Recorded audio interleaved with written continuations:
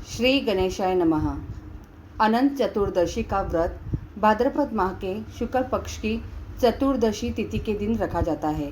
इसे अनंत चौदस भी कहा जाता है। भगवान विष्णु और माता पार्वती की पूजा अर्चना करने के लिए यह तिथि विशेष उत्तम फलदायी बताई गई है। दरअसल यह तिथि मनोकामना पूर्ति करने वाली बताई गई है। इस दिन जो व्यक्ति सच्चे मन से पालनहार भगवान विष्णु और माँ लक्ष्मी की पूजा करते हैं उसकी सारी इच्छाएं पूरी हो जाती है। इस दिन गणेश उत्सव का समापन भी होता है और गणेश जी का विसर्जन किया जाता है। आइए जानते हैं कब मनाई जाएगी अनंत चतुर्दशी। साथ ही जाने अनंत चतुर्दशी का महत्व और पूजा का शुभ मुहूर्त और तिथि। अनंत चतुर्दशी का व्रत 17 सितंबर को सुबह रखा जाएगा। इसी दिन गणेश जी का विसर्जन भी किया जाएगा। अनंत चतुर्दशी के दिन सुबह सूर्य उदय से पहले स्नान कर ले, इसके बाद व्रत का संकल्प ले। वैसे तो अनंत चतुर्दशी की पूजा किसी पवित्र नदी सरोवर के किनारे करने का विधान है।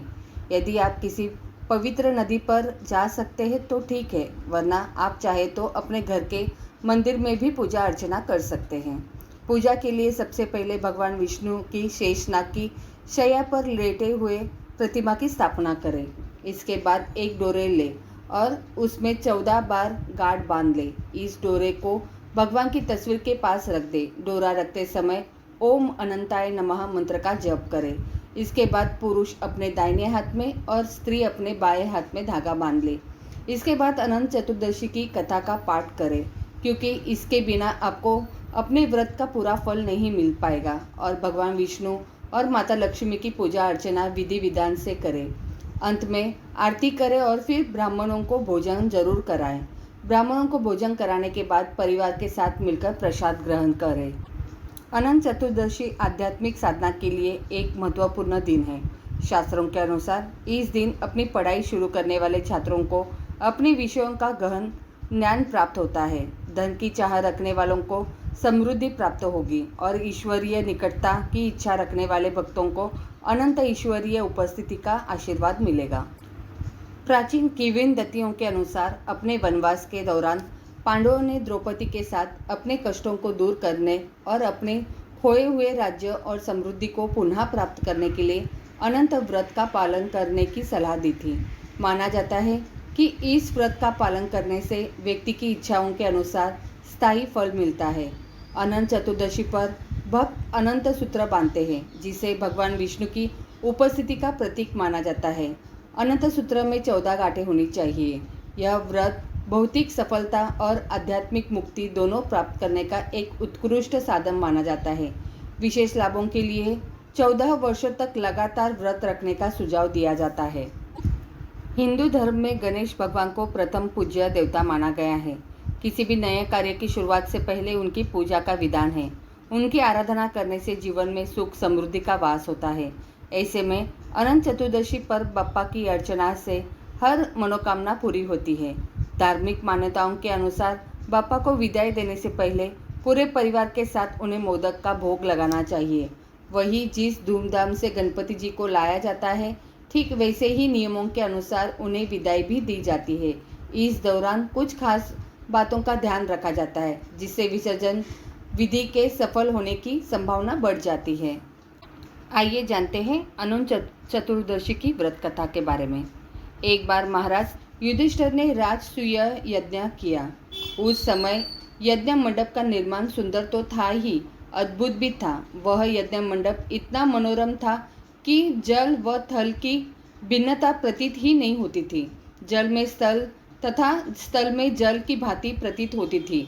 बहुत सावधानी करने पर भी बहुत से व्यक्ति उस अद्भुत मंडप से धोखा खा चुके थे।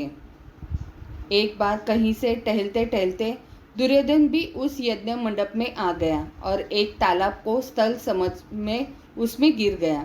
द्रौपदी ने यह देखकर अंधों की संतान अंधी कहकर उनका उपहास किया। इससे दुर्योधन चिढ़ गया। यह बात उसके हृदय में बाण समान लग गई। उसके मन में द्वेष उत्पन्न हो गया और उसने पांडवों से बदला लेने की ठान ली। उसके मस्तिष्क में उस अपमान का बदला लेने के लिए विचार उपजने लगे। उसने बदला लेने के लिए पांडवों को द्यूत क्रीड़ा में हराकर उस अपमान का बदला लेने की सोची। उसने पांडवों को जुए में पराजित कर दिया। पराजित होने पर प्रतिज्ञानुसार पांडवों को 12 वर्ष के लिए वनवास भोगना पड़ा। वन में रहते हुए पांडव अनेक कष्ट सहते रहे। एक दिन भगवान कृष्ण जब मिलने आए तब युधिष्ठिर ने उनसे अपना दुख कहा और दुख दूर करने का उपाय पूछा। तब श्री कृष्ण ने कहा, हे युधिष्ठिर, तुम विधि पूर्वक अनंत भगवान का व्रत करो। इससे तुम्हारा सारा संकट दूर हो जाएगा और तुम्हारा खोया हुआ राज्य पुनः प्राप्त हो जाएगा। इस संदर्भ में श्री कृष्ण ने उन्हें एक कथा सुनाई। प्राचीन काल में सुमंत नाम का एक नेक तपस्वी ब्राह्मण था। उसकी पत्नी का नाम दीक्षा था। उसकी एक परम सुंदरी धर्मपरायण तथा ज्योतिर्मयी कन्या थी जिसका नाम सुशीला था। सुशीला जब बड़ी हुई तो उसकी माता दीक्षा की मृत्यु हो गई। पत्नी के मरने के बाद सुमंत ने कर्कशा नामक स्त्री से दूसरा विवाह कर लिया। सुशीला का विवाह ब्राह्मण सुमंत ने कौंडिन्य ऋषि के साथ कर दिया। विदाई में कुछ देने की बात पर कर्कशा ने दामाद को कुछ ईंटें और पत्थरों के टुकड़े बांधकर दे दिए। कौंडिन्य ऋषि दुखी हो अपनी पत्नी को लेकर अपने आश्रम की ओर चल दिए, परंतु रास्ते में ही रात हो गई। वे नदी तट पर संध्या करने लगे। सुशीला ने देखा वहां पर बहुत सी स्त्रियां सुंदर वस्त्र धारण कर किसी देवता की पूजा कर रही थी। सुशीला के पूछने पर उन्होंने विधि पूर्वक अनंत व्रत की महात्मा बताई। सुशीला ने वही उस व्रत का अनुष्ठान किया और 14 घाटों वाला डोरा हाथ में बांधकर ऋषि कौंडिन्य के पास आ गई। कौंडिन्य ने सुशीला से डोरे के बारे में पूछा तो उसने सारी बात बता दी। उन्होंने डोरे को तोड़कर अग्नि में डाल दिया। इससे भगवान अनंत जी का अपमान हुआ। परिणामतः ऋषि कौंडिन्य दुखी रहने लगे। उनकी सारी संपत्ति नष्ट हो गई। इस दरिद्रता का उन्होंने अपनी पत्नी से कारण पूछा तो सुशीला ने अनंत भगवान का डोरा जलाने की बात कही। पश्चाताप करते हुए ऋषि कौंडिन्य अनंत डोरे की प्राप्ति के लिए वन में चले गए। वन में कई दिनों तक भटकते भटकते निराश होकर एक दिन भूमि पर गिर पड़े। तब अनंत भगवान प्रकट होकर बोले, हे कौंडिन्य, तुमने मेरा तिरस्कार किया था, उसी में तुम्हें अब इतना कष्ट भोगना पड़ा। तुम दुखी हुए, अब तुमने पश्चाताप किया है। मैं तुमसे प्रसन्न हूँ। अब तुम घर जाकर विधि पूर्वक अनंत व्रत करो। 14 वर्ष पर्यंत व्रत करने से तुम्हारा दुख दूर हो जाएगा। तुम धन धान्य से संपन्न हो जाओगे। कौंडिन्य ने वैसा ही किया और उन्हें सारे क्लेशों से मुक्ति मिल गई। श्री कृष्ण की आज्ञा से युधिष्ठिर ने भी अनंत भगवान का व्रत किया, जिसके प्रभाव से पांडव महाभारत के युद्ध में विजयी हुए तथा चिरकाल तक राज्य करते रहे। अनंत यानी जिसके न आदि का पता है और न ही अंत का, अर्थात वे स्वयं श्री हरि यानी भगवान विष्णु है। अनंत चतुर्दशी का व्रत भगवान विष्णु को समर्पित है। अनंत चतुर्दशी पर व्रत रखने, पूजा करने और अनंत सूत्र बांधने से सुख सौभाग्य की प्राप्ति होती है और दुखों का नाश होता है। शास्त्रों के अनुसार अनंत चतुर्दशी व्रत के उद्यापन में घर में विधिवत पूजा पाठ के साथ ही हवन किया जाता है। पूजा, हवन और अन्य मांगलिक कार्यों के बाद अनंत चतुर्दशी व्रत का उद्यापन करने वाले पुरुष या महिलाओं को अपने घर पर 14 व्रतधारी लोगों को भोजन करवाना चाहिए। इसके बाद ही यह उद्यापन पूरा होता है। यह था अनंत चतुर्दशी का महत्व। तो प्रेम से बोलो राधे राधे। आगे सुनते हैं श्री गणेश चालीसा। जय गणपति सद्गुण सदन, कविवर बंदन कृपाल, विघ्न हरन मंगल करन, जय जय गिरजा लाल। जय जय जय गणपति गणराजू, मंगल भरन करन शुभ काजू। जय गजबदन सदन सुखदाता, विश्व विनायक बुद्धि विधाता। वक्रतुंड सुचि सुंडन सुहावन, तिलक त्रिपुंड भाल मन भावन। राजित मणि मुक्तन उर्माला, स्वर्ण मुकुट शीर नयन विशाला। पुस्तक पाणी कुठार त्रिशूल, मोदक भोग सुगंधित फूल। सुंदर पितांबर तन साजित, चरण पादुका मुनि मन राजित। धनी शिव सुवन षडानन भ्राता, गौरी ललन विश्व विखाता। रुद्धि सिद्धि तव चवेर सुधारे, मूषक वाहन सोहत द्वारे।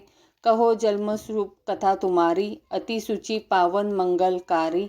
एक समय गिरिराज कुमारी, पुत्र हेतु तप किन्नो भारी। भयो यज्ञ जब पूर्ण अनुपा, तब पहुँचे तुम धरी द्विज रूपा। अतिथि जानी के गौरी सुकारी, बहुविधि सेवा करी तुम्हारी। अति प्रसन्न है तुम वर दीन्हा। मातु पुत्र हित तो जो तप किन्हा। मिलहि पुत्र तुही बुद्धि विशाला। बिना गर्भ धारण यही काला। गणनाय गुण ज्ञान निधाना। पूजित प्रथम रूप भगवाना। अस कही अंतर्ध्यान रूप है। पलना पर बालक स्वरूप है। पनी शिशु रुदन जभी तुम ठाना।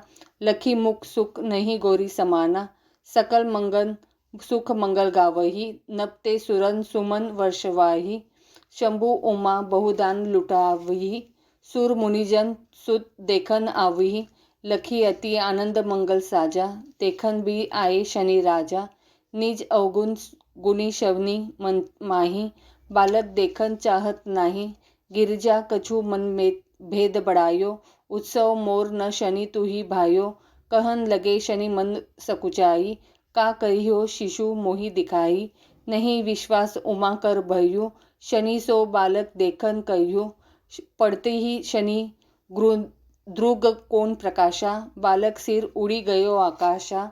गिरजा गिरी विकल है धरनी। सो दुख दशा गयो नहीं वरनी। आहाकार मचो कैलाशा। शनि किन्हो लखी सुत को नाशा। तुरत गरुड़ चढ़ी विष्णु सिधाहे। काटी चक्र सो गजशीर लाए। बालक के धड़ ऊपर धार्यो। प्राण मंत्र पढ़ी शंकर डार्यो। नाम गणेश शंभु तब किन्हा। प्रथम पूज्य बुद्धि निधि वर दिन्हे। बुद्धि परीक्षा जब शिव किन्हा। पृथ्वी कर प्रदक्षिणा लिन्हा। चले षडानन भरमी बुलाई। रचे बेट तुम बुद्धि उपाई। चरण मातु पितु के धर लिन्हे। तिनके साथ प्रदक्षिण किन्हे। धनी गणेश कही शिव ही अर्षे। नभते सूरन सुमन बहु बरसे। तुमरी महिमा बुद्धि बढ़ाई। शेष सहस मुख सके न गाई। मैं मतिहीन मलिन दुखारी। करहु कौन विधि विनय तुम्हारी।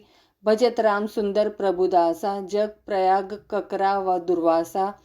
अब प्रभु दया दिन कर कीजे। अपनी भक्ति शक्ति कछु दीजिए। दोहा। श्री गणेश यह चालीसा पाठ करे धर ध्यान। नित नव मंगल गृह बसे। लहे जगत सन्मान। संबंध अपने सहस्त्रदश। ऋषि पंचमी दिनेश। पूरन चालीसा भयो। मंगल मूर्ति गणेश। इति श्री गणेश चालीसा संपूर्णम। ओम नमो भगवते वासुदेवाय नमः। यह चालीसा विष्णु जी को प्रिय है। श्री विष्णु चालीसा का पाठ पढ़ने से वे सारे दुख दर्द को दूर करके आशीष देते हैं। श्री विष्णु चालीसा। दोहा। विष्णु सुनिए विनय सेवक की चितलाए। किरत कुछ वर्णन करूँ दीजिए ज्ञान बताए। चौपाई। नमो विष्णु भगवान खरारी। कष्ट नशावन अखिल बिहारी। प्रबल जगत में शक्ति तुम्हारी। त्रिभुवन फैल रही उजियारी। सुंदर रूप मनोहर सूरत। सरल स्वभाव मोहिनी मूरत। तन पर पीतांबर अति सोहत। बैजंती माला मन मोहत। शंख चक्रा कर गदा बिराजे। देखत दैत्य असुर दल भाजे। सत्य धर्म मत लोभ न गाजे। काम क्रोध मत लोभ न छाजे। संत भक्त सज्जन मनोरंजन। तनुज असुर दुष्ट दल गंजन। सुख उपजाए कष्ट सब भंजन। दोष मिटाए करत जन सज्जन। पाप काट भव सिंधु उतारन। कष्ट नाश कर भक्त उबारन। करत अनेक रूप प्रभु धारन। केवल आप भक्ति के कारण। धरनी देनु बन तुम्ही पुकारा। तब तुम रूप का राम का धारा। बाहर उतार असुर दल मारा। रावण आदि को सहारा। आप वराह रूप बनाया। हिरण्यक्ष को मार गिराया। धर मत्स्य तन सिंधु बनाया। 14 रतन को निकलाया। अमिलक असुर नंदन ध्वंस मचाया। रूप मोहिनी आप दिखाया। देवन को अमृत पान कराया। असुरन को छवि से बहलाया। कूर्म रूप धर सिंधु मजाया। मंद्राचल गिरी तुरंत उठाया। शंकर का तुम फंद छुड़ाया। भस्मासुर को रूप दिखाया। वेद्रों को जब असुर डुबाया। कर प्रबंध उन्हें ढूंढवाया। मोहित बनकर खली नचाया। उसी कर से भस्म कराया। असुर जलधर अति बदलाई। शंकर से उन किन्ह लड़ाई। हार पार शिव सकल बनाई। किन सती से छल खल जाई। सुमिरन किन तुम्हें शिवरानी। बतलाई सब विपत कहानी।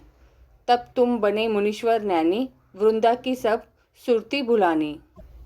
देखत तिन दनुजु सैतानी, वृंदा आए तुम्हें लपटानी, हो स्पर्श धर्म क्षति मानी, हना असुर उर शिव शैतानी, तुमने ध्रुव प्रहलाद उबारे, हिरणाकुश अधिक खल मारे, गणिका और अजामिल तारे, बहुत भक्त भव सिंधु उतारे, हरू सकल संताप हमारे, कृपा करू हरि सिरजन हरे, देखूं मैं निज दर्श तुम्हारे, दीन बंधु भक्तन हितकारे, चहत आपका सेवक दर्शन, करूँ दया अपनी मधुसूदन, जानू नहीं योग्य जप पूजन, होय यज्ञ स्तुति अनुमोदन, शील दया संतोष सुलक्षण, विदित नहीं व्रत बोध विलक्षण, करूँ आपका किस विधि पूजन, कुमति विलोक होत दुख भीषण, करूँ प्रणाम कौन विधि सुमिरन, कौन भांति में करूँ समर्पण, सूर मुनि करत सदा सेवकाई, हर्षित रहत परम गति पाई,